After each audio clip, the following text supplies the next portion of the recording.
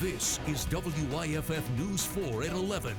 Tropical Storm Irma continues to influence our weather. Very powerful winds across the area, along with extremely heavy rainfall. Chris and I will keep you updated. A life lost in the upstate. Tropical Storm Irma killed a man at his home in Abbeville.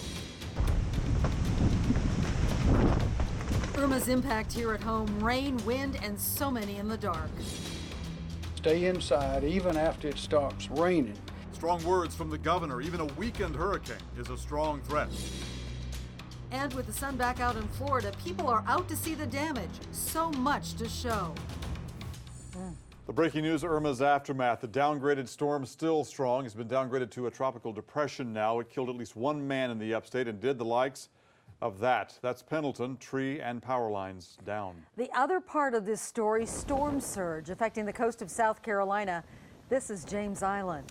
The tropical storm also took lives in Georgia. This image gives you a good idea of the depth of the water in Savannah. At least 3 people have died in the storm in Georgia, including a man who went out into the storm from his mobile home. Officials say he went to check on something and never came back. A look at damage in Cudjoe Key, Florida. Hurricane Irma first made landfall there. The damage beyond words. Team coverage for you tonight. Mike McCormick is live on Augusta Street in Greenville. He has the worst of the upstate damage we've seen so far. And John Lyon is on the power outages.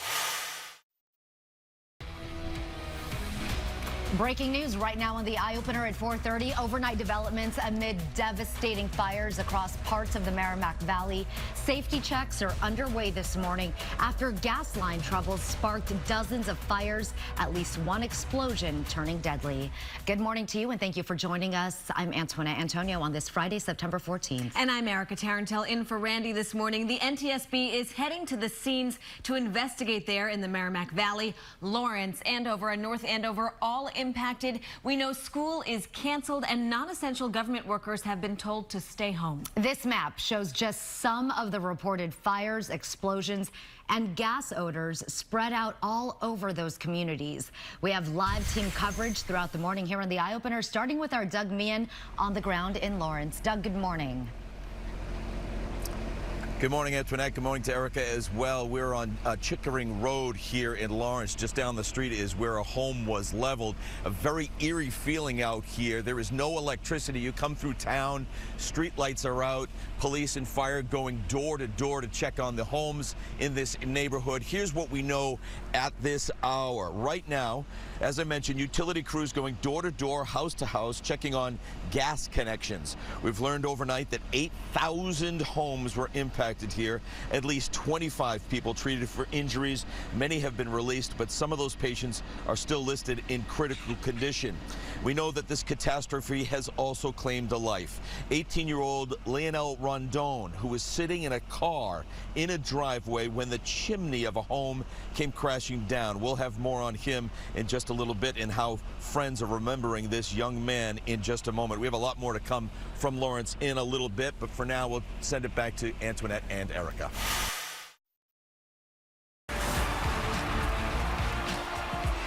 The world champion Boston Red Sox.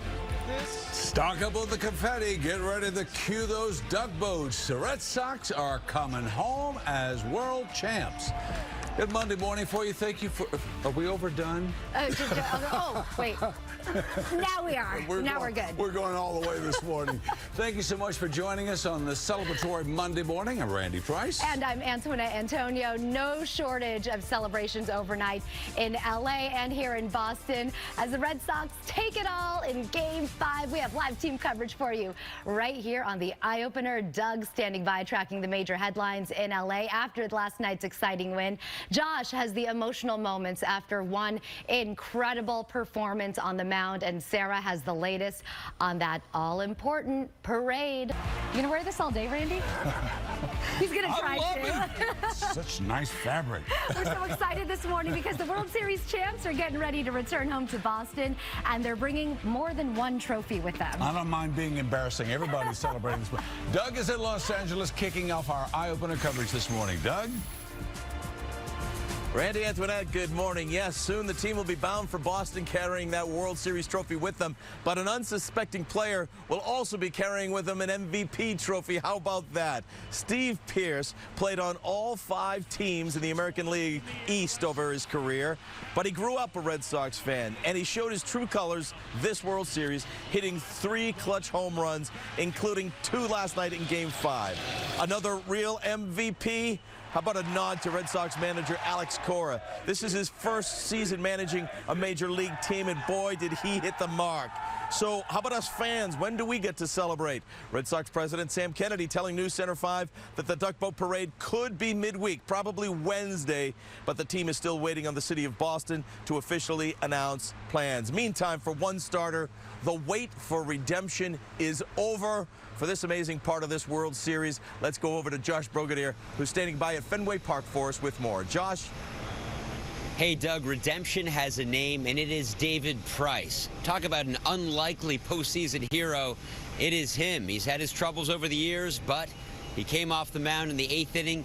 The fans were loving it. All the Red Sox fans in Los Angeles, thunderous cheers. It was a dominant outing for him. 7 innings, just 3 hits. That leadoff home run he gave up. His 3rd stellar start this postseason. It also finally put to rest the criticism and the questions. All of that added up to an emotional night for Price, who broke down a little when he was asked what it means to be a teammate.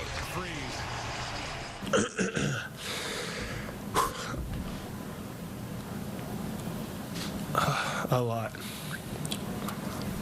I mean, this is a game we get to play. You know, it's the relationships that you make, you know, while you do this, while you play this game that dang it. Every player we heard from overnight heaped praise on Price, on his skill, and how happy they are for him. And Price himself said this feels even better than expected. We're live at Fenway. Josh Brogadier, WCVB, News Center 5. The Patriots have done it again. Super Bowl champs for the 6th time in the last 2 decades, and the latest victory was history in the making. Good morning to you. Thanks so much for joining us. It is 6:30. I'm Antoinette Antonio. And I'm Randy Price. Doug being in Atlanta this morning with all of the excitement. And last night's big day. Hi, Doug. Plus, retirement rumors still swirling this morning. Yeah, Doug has not gotten a lot of sleep down there in Atlanta. Did he? We are getting ready to roll out those duck boats. This is new video in overnight of Boston Public Works crews removing snow, ice, you know, those chunks all along the parade route. Cindy, more of that's just going to melt away. Yeah, Mother Nature's going to help out with that snow removal process. For our trains and buses are still on schedule. Randy Antoinette.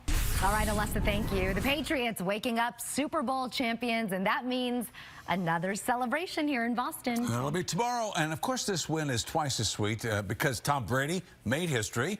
With last night's victory, the quarterback became the only player in the NFL history to have 6 Super Bowl wins. He also set a record for the most Super Bowl games played in. And then the attention turned to his top target on the field, Julian Edelman.